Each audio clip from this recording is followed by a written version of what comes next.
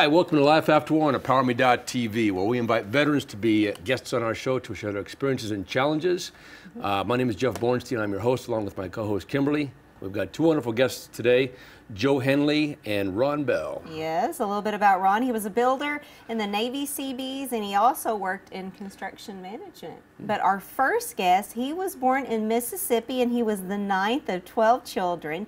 He enlisted in the Army as a cook, and he's traveled all overseas, and he retired in '05 as a Master Sergeant. Please welcome Joe Henley. Joe, how you doing? Welcome to the show, my friend. Thank you. I'm glad to be here. Thanks for being here, Joe. Yes, Super excited to meet you. Well, thank you. So let's go back to the beginning. Tell us what made you want to join the Army.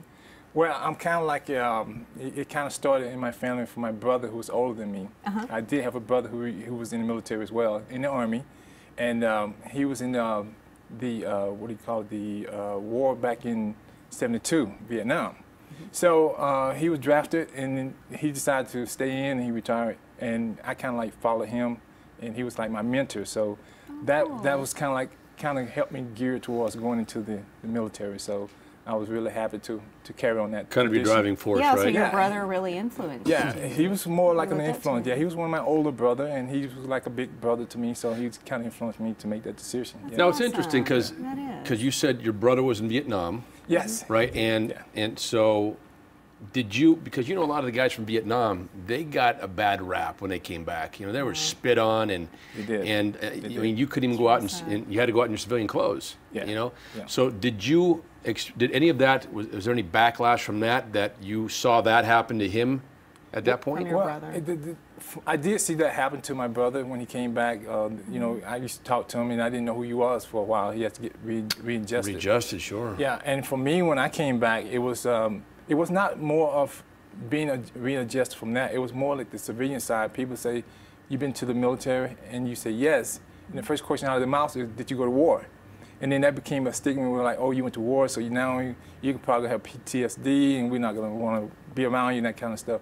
So that was a big stigma when you first came back. From Vietnam? From Vietnam, and then when I came back from Iraq in 2005, there was a problem sometimes with people not wanting to, associate with you because they thought that, the PTSD. Yeah. You experienced People that really in didn't want to hang out with you? in or like 05? your friends? Yeah, in 05. I didn't think it carried over that far. Well, wow. Yeah. So people really, it can be a stigma. I mean, some people, like when you go in for, the hiring stuff, and they find out you're in the military and you went to war, that's oh, you went to war. So the potential employers are asking you, did you go to war? Well, not employee, but people that you work with and stuff, and they were kind of like, well, okay, they were kind of skeptical. Your coworkers. Your coworker, you know what I'm saying? So they want to know kind of like, how your mindset is, whether you're going to be productive or you're going to end up coming in going post-arm or something like that, So. Well, let me ask you this: so you're in Iraq, right? And 05.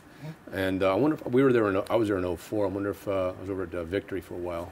Victory was where I was. Really? Yes. So I was part of the 10th Mountain Division. Remember Comics on Duty coming through to entertain? Yes. Yeah, I was part of that group. You were part of that group? I was part of that group. Awesome. Yeah, I got a couple right there on stories. Victory. Right. Yeah, I got a couple stories to pretty share, which I will not share here. All right. Very good. Talk about that later. Different show. Different show. Exactly. But That's great. wow, that is pretty cool. Yeah. I knew one day I'd run into another brother. Right, absolutely. Right on, man. Yeah, it was fun. So what was your MOS? My MOS was 92 Golf, which is cook, food service. Okay. And I did that throughout my career. I also worked a little bit in supply, which was kind of helpful because when I did go to Iraq, I was thrown into the logistics side of the house, which meant you did everything in logistics. So I was like kind of ordering stuff, supplies and stuff, not having this expertise in doing it. Nice enough, I had a little specialist, a corporal there with me who kept me out of jail because he knew the legal side of the house. Right. So I was telling him, hey, you got to tell me what I'm doing wrong. You got to tell me if I'm doing this right because I don't know this. That was your radar from MASH. That was my radar from MASH. Right. Exactly. Right. So he was nice enough to tell me, oh, we can't do this, we can't do that. And I was like, great. And so we was able to get all the supplies we needed to do the job, and it had everything we needed. So it was great because, and I learned that when you're in the military, you don't just look on your MOS to be a cushion all. You got to go in and be versatile and do stuff, learn other people's job because. Like a team player. A team player. You have to be a team player. It's very important because as a cook, you don't do a lot of the daily training like the regular grunts and Well, that's just what I was asking you, though. Even though you're a cook, yeah, that is a lot of work. I have a hard time just like cooking for just like 2 people. It's just like, I don't know if this is enough. I can't imagine. No comment. Cooking for that many people. But she's a good cook. I'm sure she is when she wants to. Well, let me ask you this, but you're an E8 though, you're a master sergeant. Yes. So even as a senior NCO, are you still actually having to get in there and cook, or now are you in a supervised position where you could say, hey? Well, no, I didn't do too much of the basic cooking, but what I was doing was mostly training at that period. Training and getting people ready for the next level. So I experienced a lot of that as a master sergeant. Sometimes I go in there and help them cook just to motivate them to, let them know, hey, I did this before, I can help you out. And, and they like to see the boss come in and do stuff like that because it's a big morale factor. Sure. They make the product and they give it to you and go, hey, taste this. Tell me how it tastes. Because they wanted your expertise about how well they're doing. So they kind of measure up and, you can kind of boost their morale and stuff. And the structure is good too. Well, it's like having your mentor in there and they're like, oh my gosh, he says that I did this well. Oh my gosh, this is awesome. Nice. And they love that. They like positive feedback, just motivation, you know what I'm saying? So it's about motivating others. How much action did you see when you were in when you were in Iraq? When I was in Iraq, I didn't actually see action on the road per se. We would never encounter it personally, but there were a lot of people in my unit that did encounter some of that. And I can remember, because I got to sit in a lot of time on the briefing, the top briefings and stuff, and gather information and that kind of stuff we had to brief.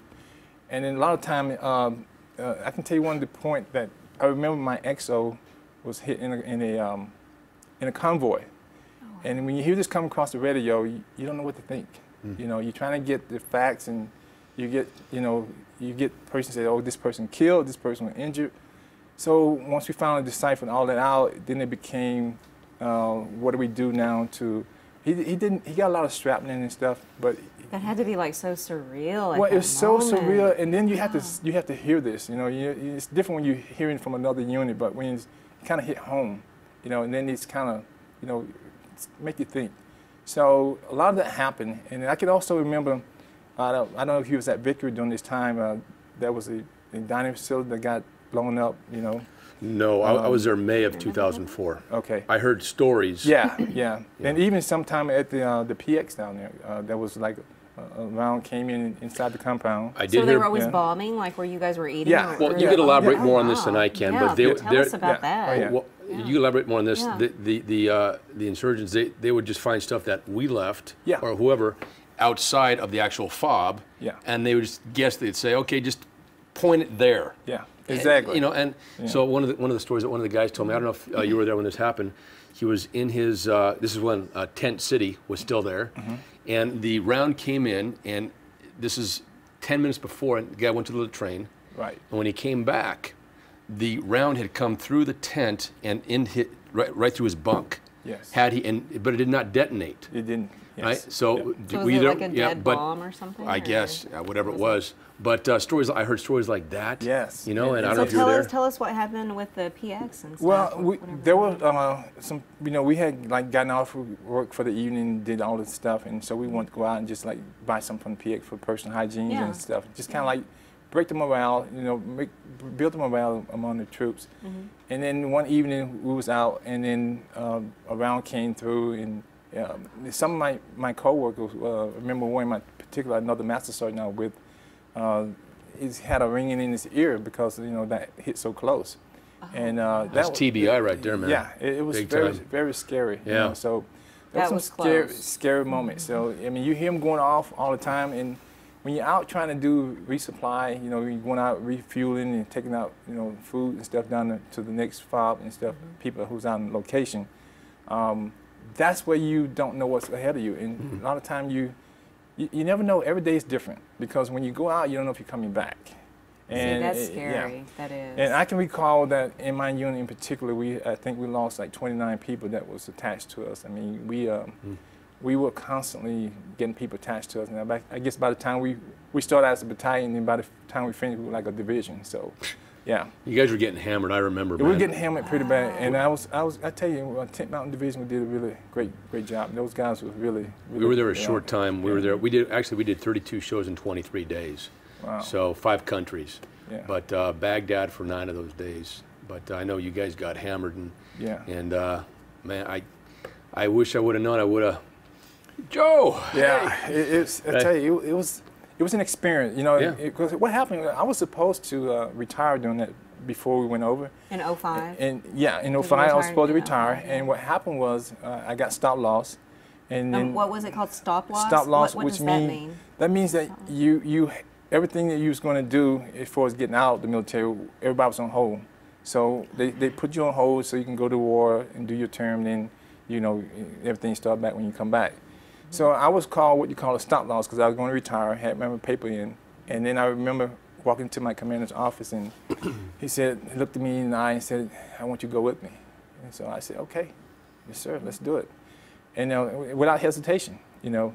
So I went on and accepted the Master Sergeant rank because you had to. It was conditioned because I was going to get out as an E7, but since I was retiring and I was going to go to Iraq, so it was stop loss, so I went on and accepted the promotion, and it was an experience, you know. And he told me, he says, "I want you to experience this so you can have something, you know, under your belt."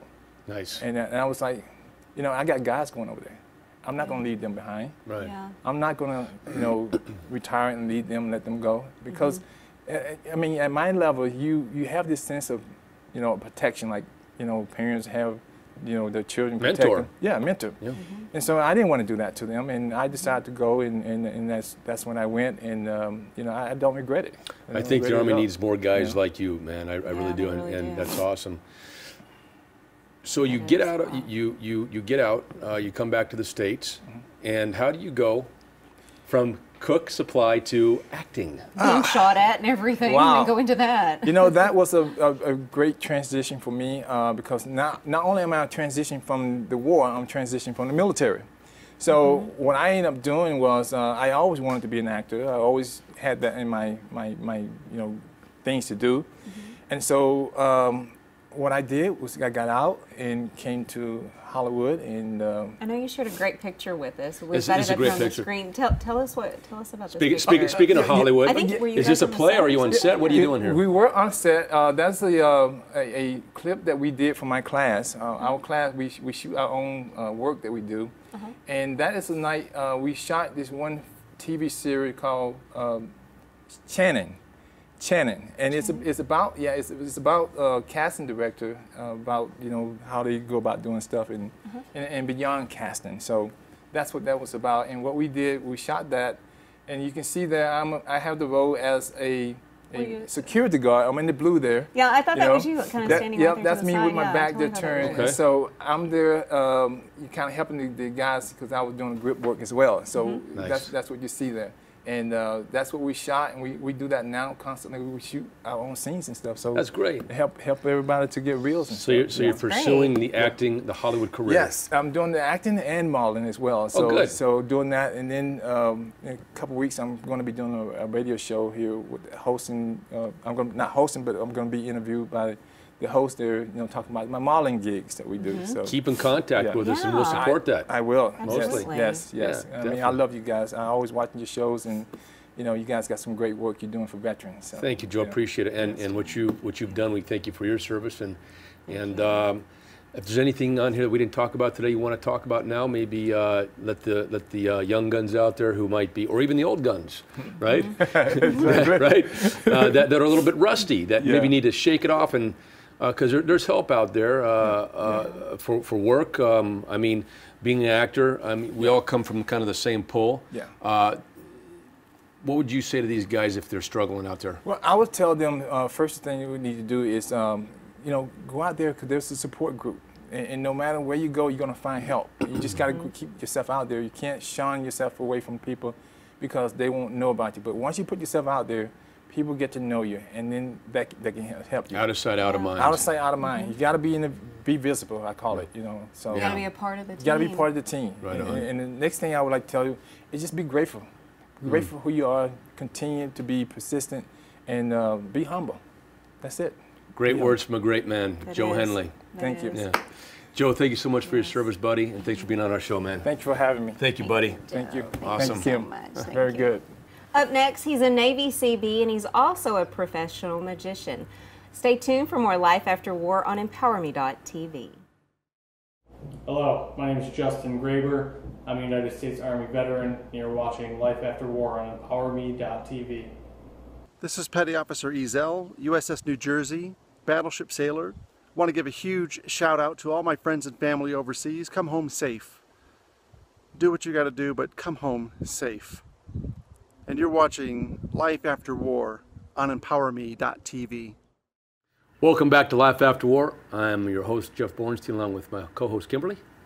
Folks, our next guest, he served as a Navy Seabee, and upon his discharge, he worked in construction management prior to completing a master's degree in physical therapy. Please welcome Ron Bell. Hey, Ron. Welcome to the show, buddy. Jeff. Thank you so much for coming on. Welcome. Long drive in, huh? Yeah, pretty much. You had a little bit of a trek coming in. California fires. Yeah. So you saw a fire coming in. You saw a motorcycle accident. Wow. But we are just glad you're here with us right now. I'm glad I wasn't part of either of those events. Amen, Exactly. brother. Amen. Wow. Well, awesome. Welcome to the show, buddy. So Ron, let's go all the way back to the beginning. What made you want to sign up in the Navy? Well, I was from a small Midwestern town, Decatur, Illinois, and coming out of high school, not a lot of options. Go to work for the local Caterpillar plant or the soybean refinery. My father was a 20-year submariner. He was one of the first classes under Admiral Rickover in the nuclear submarine program. And so he had a Navy background, and it was just wanted to go get out of the small town and see what the rest of the world had to offer. Very cool. So you weren't deployed, you weren't in combat, but did you go overseas at all? No, sure. We weren't. The Seabees are a combat battalion. Sure, yeah. People don't associate the Navy with land combat, but we are a combat battalion. Always training, often trained with the Marines down at Camp Pendleton. My first duty station was down on the SEAL base at Coronado. And I was in the amphibious construction battalion, so we would get on the ships, do the beach landings with the Marines, and get camps set up so the Marines could come on shore after they secured the beach. Then I was at Port Hueneme, California, with Naval Mobile, with NMCB 40, and we deployed twice to Guam and once to Spain, so 7 months at a time. Wow, wow. So each time you spent like 7 months whenever you were deployed to the different countries? Right, the way the deployment cycle works, 7 months in home port, 7 months out. And we would usually, before deploying, we would go through our projects and go over to the bases and build gyms, pour runways. When I was in Spain, we were pouring, I think, 100 yards of concrete every couple days. Wow. Building a runway for the C-5 Galaxies to land Get it done. on. That's the Hercules, I think? I believe so, Yeah. the C-5. Yeah. Those are big, aren't they? Those are big. Yeah. Those So are the big ones. we were up at the crack of dawn pouring concrete, stripping forms, and just pouring a lot of concrete. Talk Wow. about cardio workout. You still You look definitely. thin. That's because I got a table in front of me. Wow. So you're doing your gig, you're building stuff, right?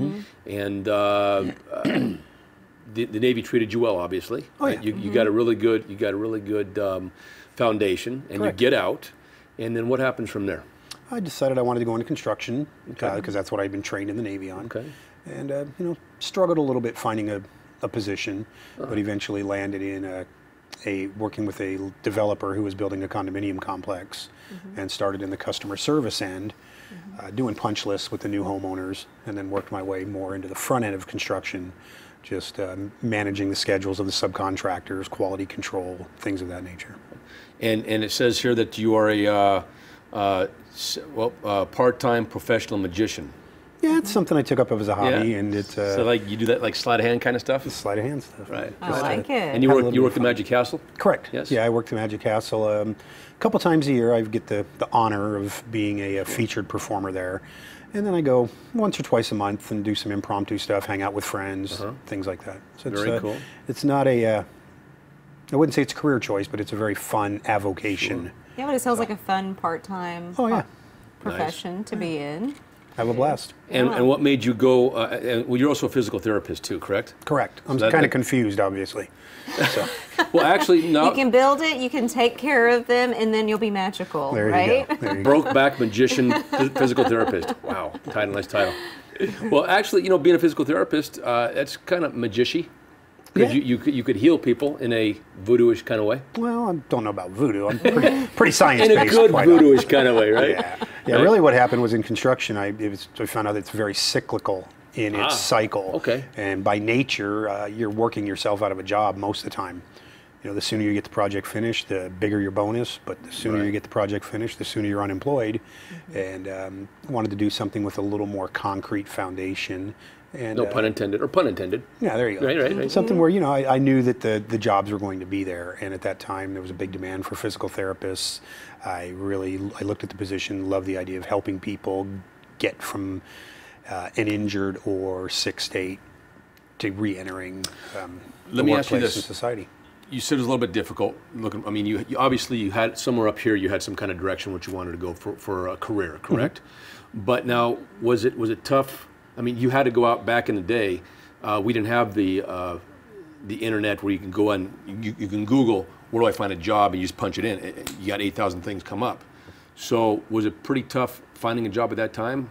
Oh, yeah, back in that time, you know, you get the newspaper. Newspaper, circle the circles. The penny saver, right? Yeah, make the phone calls, leave the messages. Got to do the grind, right? Then I decided to just go out and really start doing job site visits, and I just found that was much more effective. It was more one-on-one. Well, yeah, the people that are going to hire you, they're not getting the phone calls from the office. Right, you walk on a job site, say, hey, you looking for some help? This is who I am. And that's really how I landed my first job, was actually There's a walking wonderful on. organization called WeHireHeroes.us. If there was something like that out there back in the day, would have you used something like that? I mean, you pull it up online. I've looked at it. It's got a plethora of jobs, bulletin, job finder. You could post jobs, career-oriented. And these are jobs all across the country. All across the country, not just Los here Angeles. in yeah. California. So would you have used something like that? Oh, sure. Yeah? I mean, anything that could have made the search easier. I think it's Right. great. There's organizations out there that are helping vets trying to re-enter the workforce. There's just so many vets out there that are not aware of this. And I think, and I could speak, well, partly on a little bit on this. I mean, I'm old school, so I still look in the magazines and the trades, which are all online right now. Some of our trades are the Drama Log. You've got the Variety, which you could get gigs on there, but it's all gone digital now. So many of these guys, so many of these vets, women too, who are really struggling, need to know that there are other options out there to find work, and that it's just not a dead end for them. You know, if you had any words that you could say to these guys, what would you say? Well, shortly after becoming a physical therapist, Johnson & Johnson was actually recruiting for a project where they were hiring. How did you find that? How did you know about that? Well, they reached out to me. How did they find you? I mean, was it like random? Let's call Ron Bell. I mean, Through a recruiter. No, Yeah, so I think they call them headhunters? Headhunters, yeah. I Okay, had a headhunter. contact Okay. me. And they, not really veteran related per se with them finding me. However, once I started applying for the position, I did find out that Johnson & Johnson, being the company the size they are, gives a lot of extra credit. Call them tiebreaker points, if you will, in 2 equal candidates. If you're a veteran, you're probably going to get the job with J&J. Nice. On our team of about, I think, 20 of us that were on this initial launch project, I think there were at least 5 vets.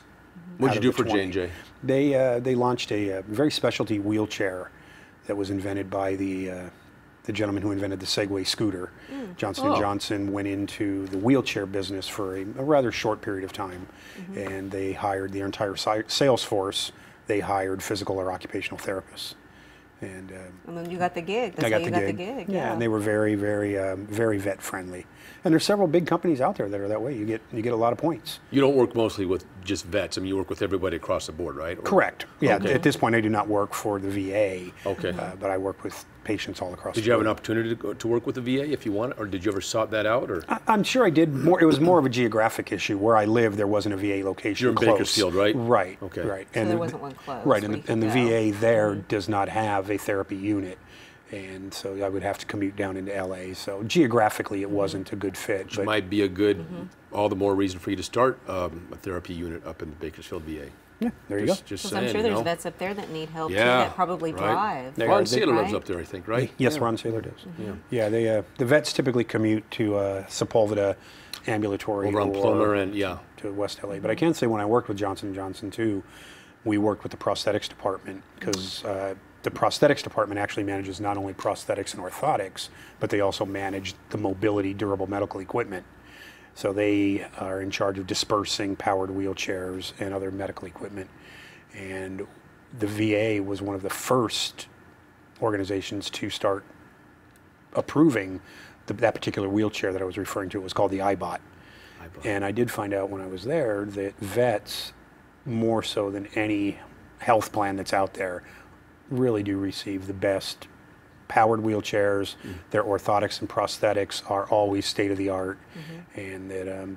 So if there are any vets out there watching right now and they don't have something like this, they need to have it, right? Or it is an option for them to receive that? This particular wheelchair is not being manufactured any it's longer, not? no, because there's a lot of internal issues that went with it based on reimbursement through the private sector, and the company is no longer building this particular wheelchair. However, there are many, many other very, very high-end wheelchairs out there that are adapted for somebody like a combat injured vet with a very complex medical situation. And as I said, when you work with these prosthetics chiefs, I've really seen a lot of great equipment coming out of the VA.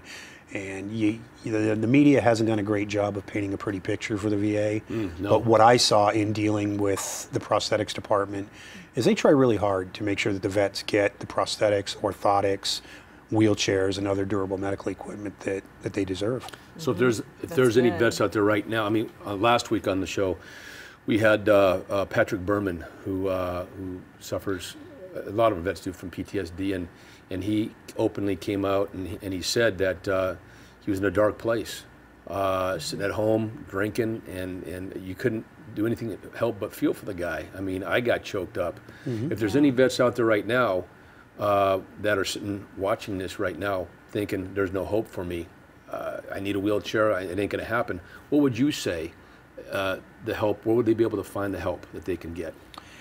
Whether it's prosthetic, wheelchair, whatever it is. Yeah, obviously first is going to be getting into the VA system. A lot of vets, myself, I'm not in the VA system to receive my VA medical benefits. Is there a reason why? Only because I've always had jobs that provided me good Gotcha. benefits, and I didn't need to go after some of the benefits, maybe take away some of those benefits that vets who need it get. And also I was being, my medical needs were being taken care of through my company.